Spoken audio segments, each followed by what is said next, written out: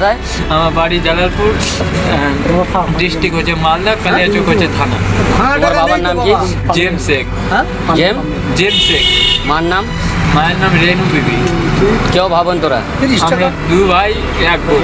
এখন তুমি কোথায় আছো? এখন এখন আমি বাংলাদেশে আছি। তুমি বাংলাদেশে আছো? হ্যাঁ। তোমার বাংলাদেশে কেউ আছে? কেউ নাই, বিলকুল কেউ নাই। কেউ নাই।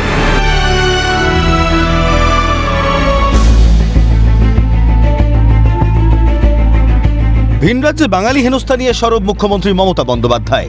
এরই মাঝে সোশ্যাল মিডিয়ায় ভাইরাল ভিডিও, যদিও ভিডিওর সত্যতা যাচাই করেনি সিএন। সেখানে দেখা যাচ্ছে এক যুবক কাঁদছেন আর বলছেন তিনি মালদার ভারত বাংলাদেশ সীমান্ত কালিয়াচকের জালালপুর এলাকার বাসিন্দা। যুবকের অভিযোগ, বাংলাদেশি সন্দেহে রাজস্থান থেকে তাকে গ্রেফতার করে পুলিশ।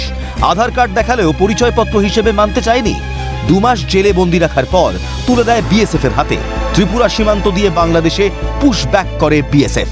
আমাকে ধরেছে রাজস্থান থেকে বেলপাড়া থেকে উড়ে আমাকে ওখান থেকে নিয়ে বলছে তোর আধার কার্ড আছে, আমি দেখালাম আছে। বাংলাদেশি বলে আমাকে ওখানে 2-3 দিন রাখলো থানাতে, রেখে এবার আমাকে জেলে পাঠিয়ে দিল। লোক আপ দিয়ে আমাকে এখানে নিয়ে এলো, ওকে বেসেবের হাতে দিয়েছে। বেসেবের হাতে দিয়ে বেসেব রাত্রে আমাকে এখানে, পরশু রাত্রে আমাকে পার করে দিয়েছে। বৃহস্পতিবার সকালে সেই ভিডিও নজরে পড়তেই যুবককে চিনতে পারে পরিবারের লোকজন। জানা যায় 3 মাস আগে শ্রমিকের কাজ নিয়ে রাজস্থানে পাড়ি দেয় আহমেদ শেখ। গত 2 মাস ধরে তার কোনো খবর ছিল না পরিবারের কাছে। ভিডিও দেখার পর উদ্বিগ্ন আত্মীয় পরিজনরা। মানে রাজস্থান থেকে আপনার ছেলেকে বাংলাদেশ, আপনার বাড়ির ছেলেকে বাংলাদেশে পাঠিয়ে দিয়েছে? হ্যাঁ, জেল থেকে নিয়ে গেছে। 2 মাস জেল খাইটা তারপরে বাংলাদেশে পাঠিয়েছে। সোশ্যাল মিডিয়াতে বসে কান্নাকাটি করছে আর বলছে কথাগুলো। তো আপনারা কি চান? আমরা চাই যে বাড়ি আসুক। ছেলে রাজস্থান কাজে গিয়েছিল, প্লাস আধার কার্ড দেখিয়েছে, মানেনি। আমাদের গ্রামের বাবা দাদার দলিল কাগজ অনেক কিছু দিয়েছে, দিয়ে বাংলাদেশ ওকে পার করিয়ে দিয়েছে। তো আমাদের বেশি কিছু বিনোদন না, আমরা ঘরের ছেলে, আমাদের গ্রামের ছেলে, ওকে আমরা গ্রামে ফিরিয়ে চাই। বাংলাদেশি সন্দেহে পুশব্যাক কেন? শুরু রাজনৈতিক তরজা।